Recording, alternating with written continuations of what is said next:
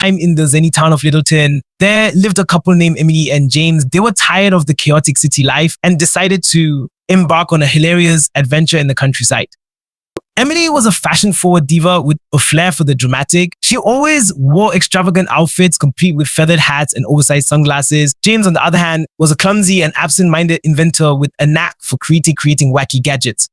When they stumbled upon a dilapidated farmhouse in Littleton, Emily was convinced it was the perfect setting for their new life. The house had a crooked roof, a lopsided chimney, and even a resident chicken named Mr. Clarkos who had a habit of stealing socks. Littleton was a town filled with eccentric characters, and the townspeople quickly embraced Emily and James' quirkiness. They introduced them to their neighbors, the Johnsons, who were a comically forgetful couple. Mary, with her wild hair and mismatched socks, was always misplacing her glasses, while Tom, a self-proclaimed genius, had a habit of inventing bizarre contraptions that never quite worked.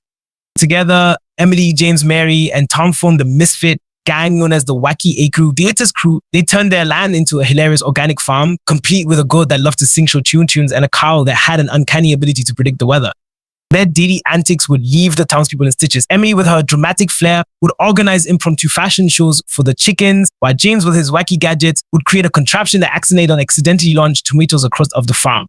The Johnsons, with their forgetfulness, would often confuse the animals' names, leading to hilarious mix-ups. They would milk the chickens and try to shear the goat, causing chaos and laughter all around.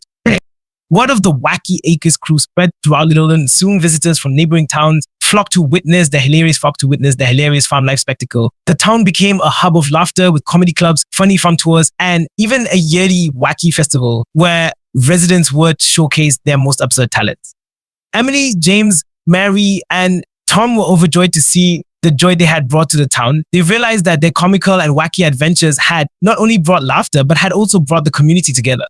And so the story of the uproarious Wacky Acres in Littleton continued, with Emily, James, Mary, and Tom entertaining and inspiring others to embrace their own quirks and find humor in everyday life. They reminded everyone that sometimes the funniest and most memorable moments happen when we let go of seriousness and embrace our inner silliness. Emily, the fashion-forward diva, had a passion for organizing extravagant events. She would host whimsical tea parties in the middle of the farm, complete with teacups that played music and cakes that exploded with confetti when sliced. Her fashion sense was always on point, with outfits that seemed to defy gravity. She would wear dresses made of feathers, shoes that lit up like disco balls, and hats that doubled as birdhouses. James, the absent-minded inventor, was a perpetual source of amusement. He spent most of his time in his cluttered workshop, surrounded by half-baked inventions and piles of deals. His gadgets were always a little off-kilter, but they never failed to entertain. One of his most famous creations was the snooze-o-matic, a contraption that would gently rock people to sleep by imitating the rhythm of a hammock. Unfortunately, it had a tendency to malfunction and catapult people into neighboring fields. Mary Johnson, with her wide hair and a perpetual twinkle in her eye, was known for her forgetfulness. She would often misplace her glasses, only to find them perched on her head or in the most peculiar places, like inside the chicken coop. Despite her absent-mindedness, Mary had a heart of gold and would always lend a helping hand, even if she couldn't remember what she was supposed to be doing.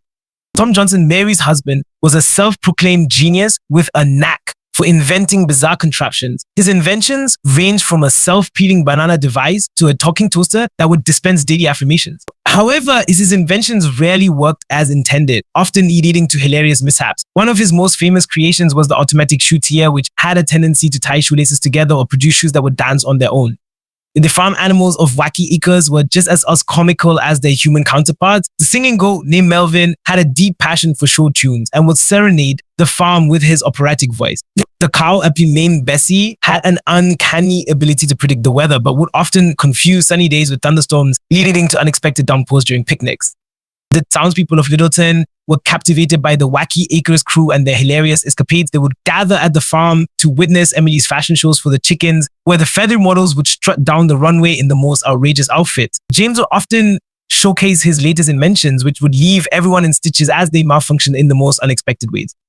The Wacky Acres crew also organized an annual Wacky Festival in the heart of Littleton. The festival featured a variety of comical events, including a potato sack race with oversized sacks, a watermelon seed spitting contest, and a talent show where residents would showcase their most absurd talents, such as juggling rubber chickens or performing stand-up comedy routines with vegetable puppets.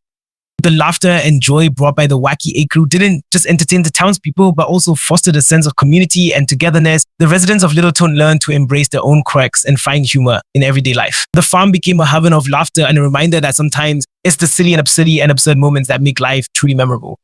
And so the Wacky Acres crew continued to spread laughter and merriment throughout Littleton, creating a legacy of comical and wacky adventures that would be remembered for generations to come. The Miss has been a Sharri Plaza presentation.